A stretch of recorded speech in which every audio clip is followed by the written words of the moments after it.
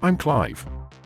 And here is Toyota's RAV4 Hybrid Woodland Edition, while over there is a fast-moving freeway. Let's see how quickly our driver can get onto it by stamping on the pedal all the way to merging speed.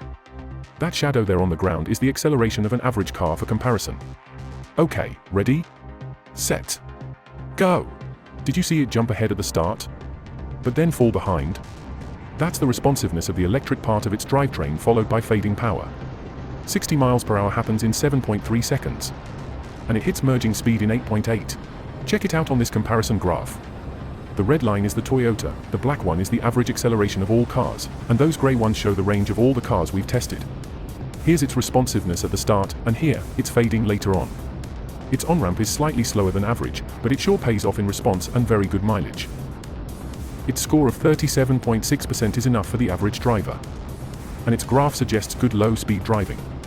Agree? I'll take that.